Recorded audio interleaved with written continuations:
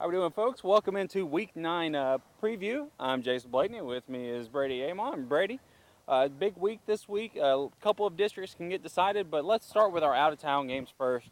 We'll start with Graceville. They are going to host Jay. Yeah, Jay obviously has a big one next week with Freeport. But this is an opportunity for Jay to kind of keep building some momentum as we've been talking about all season. Go on the road, trying to win a game that they feel like they match up with Graceville pretty well. But the whole thing is to keep that confidence because they got a big game next week. Obviously depending on what happens with Northview and Baker. If Jay could beat Freeport, Northview beats Baker, then they're in a three-way tie for second. So they still have a lot to play for. Yeah, and Northview also one of those teams that has a ton to play for because they can win that district next week. Final tune-up this week comes at Vernon. Yeah, and I think this is very similar to Jay. Just kind of keep doing what they're doing well. Obviously, cut down on the mistakes and everything. Because the whole thing about Northview is they feel like they're already in the very least a shootout. They just want to kind of keep getting better for the playoffs or for that potential shootout that they might face. Yeah, and for them, if they keep improving, they keep playing well. There is no shootout because they're the district champs. So, yeah, exactly. That all comes down to next week. Final game out of town this week. Navarre is going to travel to Fort Walton Beach. Now, obviously, it's very simple for Navarre. All they have to do is win these next two games, and they're basically going to be, in a tie for the district championship. So this is a critical game for them, and it's a rivalry game. So it's not one of those games that you could take lightly. You have to be ready for it. Right, and I like that you call it very simple. Yeah. Just win two games. That's all you got to do. It's maybe a little more complicated than that. If it were that simple, I think a lot more people would be football coaches. Yeah, exactly. All right. We're going to go to District 1-5A. First of all, Gulf Breeze, they're at home in a non-district game. They're taking on Choctawhatchee.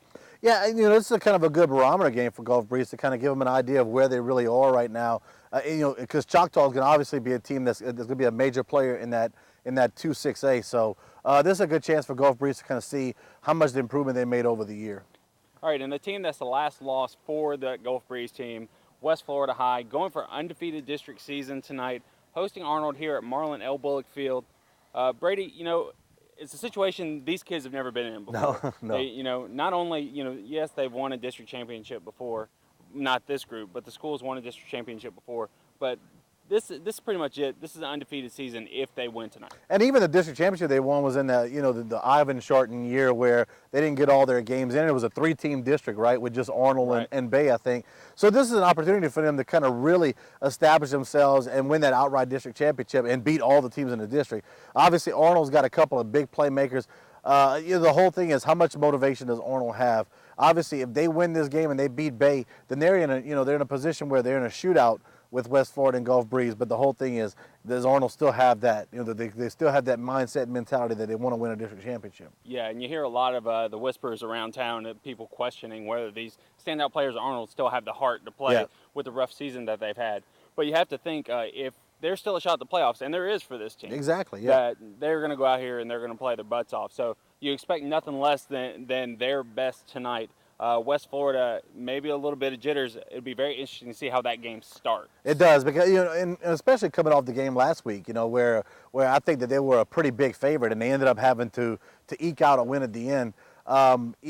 This is, like we said, this is a position that they haven't been in. This group of kids has not been in, and so it's gonna be interesting to see how they bounce back or how they react to that kind of environment. Right. All right. District 1-6A, big night for PHS. They also can wrap up their district championship. The Tigers traveling to Washington to face Dijon Funderburk and that Wildcat team. Yeah, and it's kind of a game where a lot of people would say maybe it's a trap game because Washington's only 1-6, but it's PHS and Washington. That's a rivalry that dates back a long time. I think PHS knows what's at stake, and I think this is a pretty even-keeled team. I think they obviously they've just come out a brutal stretch of playing Pine Forest, Milton, and Pace kind of in 3 games in 4 weeks. But I think they'll be focused. I think they'll be ready for this one. And another team that needs to keep their focus, Pine Forest.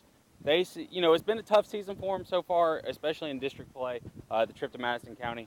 But they still have got a shot at making the playoffs. And a win tonight against Escambia will be huge for them because if they win, and then next week they beat Milton, and with a Milton win tonight, we'll get to that game in a second. But if they win those 2 games, they still got a shot at the playoffs. Yeah, I mean, obviously this week it's all about pride, bouncing back from the PHS and Madison County games. and kind of getting that bitter taste out of their mouth. And obviously, if they could beat, if they could beat Escambia, then next week that sets up the game with Milton. As long as Milton beats Pace, they can't really worry about that too much, though. They got to really worry about Escambia because they've been kind of inconsistent the last few weeks as far as Pine Forest. Escambia's coming off a bye week. So this is really a big game for Pine Forest to kind of keep their season alive, so to speak, their playoff hopes alive. Yeah, there's a big group of seniors there that really, it's an important game for them. They want to keep playing into the postseason. So you look for Pine Forest to come out chomping at the bit, ready to get, especially playing a neighbor school in Escambia. A lot of the kids grow up together, play the same Pee Wee Park. So the big game this week, let's skip that for a second. We'll get back to it in just a second. That Pace Milton game, I know that's what everybody's waiting for. Let's talk about the Tate Godby game real quick. Godby coming to town, a state power. They will play Tate at Pete Gendel at 7 o'clock. Normally Tate starts at 7:30, but the team coming out of town, the game starts at 7 tonight. Brady, how do you see that shaking out? Tate, tough year so far, but this could do a lot for their confidence they get a win. I mean, it's definitely a tough matchup because Godby's 7-0. They really haven't played a close game this year. They've blown everybody out, and Tate's obviously struggling. But this is a game where Tate could kind of make a lot of frustration go away with a win tonight, or at least a good effort, kind of get some confidence going into the offseason. Obviously, their season's over as far as making the playoffs, but these younger guys that they have for them, playing for them, can continue to build and continue to develop and maybe have some confidence going into that offseason. We saw what that did for West Florida last year, as far as getting confidence going into the offseason. Then you have a good offseason, everything can turn around. So this is a good, it's a big game for Tate as far as just kind of keeping it close and maybe trying to get a little bit of confidence and win a game. Yeah, so we'll move on now to the big one. This is the game everybody's been waiting for this week, and it's the get there early game of the year. The Pace is going to be packed. So if you want to go, I'd get there about 6:30. Brady will be there about 6:45, so get there before him. Yeah. Pace hosting Milton. Pace wins, they're in the playoffs. Milton wins, they've still got a shot. Who do you see coming out the most fired up? Well, I think Pace does because obviously they're playing at home, and they know what they have ahead of them. Milton still kind of, they have to win 2 games, and they have to beat 2 of the better teams in that district. They have to beat Pace, and then they have to go and beat Pine Forest. I think Pace knows exactly what's ahead of them. And the whole thing about Pace is, this is a must-win. If they lose this one, the next week they have to hope that Pine Forest beats Milton, because otherwise they won't win playoffs. So I think Pace being at home definitely helps them, and also knowing exactly what their road is. Milton knows what their road is, but they know that their road is pretty tough. They have to beat Pace, and then they have to turn around and beat Pine Forest. So it's not an automatic thing just beating Pace. Pace knows that they beat Milton, they're definitely in the playoffs. Yeah, and one thing that the Patriots, I think, have to do is they have to get the ball in the air and they have to be successful with it. When they played against PHS, one of the things PHS did early was shut down the pass. And when you shut down that pass and they're going to run between the tackles, it's easy to bring that safety up, put 8 in the box, and go ahead and stuff that. So I think Patrick Maddox is very important early in this game. Yeah, and Milton's front seven's been very good. Hasn't given up a whole lot of rushing yards this year. The way to beat them is obviously they play man-to-man on the outside. If Patrick Maddox can get a little step on somebody, he can obviously break long plays. And I think that's the key as far as Pace's offense. So like you said, they got to go over the top. Now, as far as Milton, just do what you do. You kind of change things up at midseason, become a more physical team. Just keep doing that because that's obviously working for you. The defense is going to keep it close for you guys. As long as your offense can get some points on the scoreboard, they definitely have a chance. Yeah, and they could really follow that Pace mentality, pound the ball, and then just hang it up for Isaiah Jones. The kid's big. He's got length over everybody that's going to be in that Pace secondary. You got to think you can throw a couple up. He can come down with 1. Yeah. So that'll be a very interesting game. It's definitely an interesting matchup because it's 2 styles that are very similar. 2 teams that are very defensive oriented and offensive. They just kind of want to smash you, and every once in a while they take a deep shot at you. So it's two mirror images, so to speak, kind of going against each other in a very big rivalry game. Right. So it'd be interesting. I took Pace. I believe you took Pace in that game. Wouldn't be surprised to see if either one, in there exactly. and even win the game. So.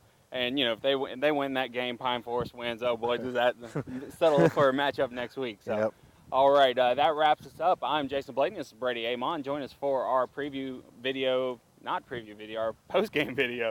This is the preview video. I'd probably clean that up a little bit. Yeah. But thanks for joining us, and we will see you tomorrow.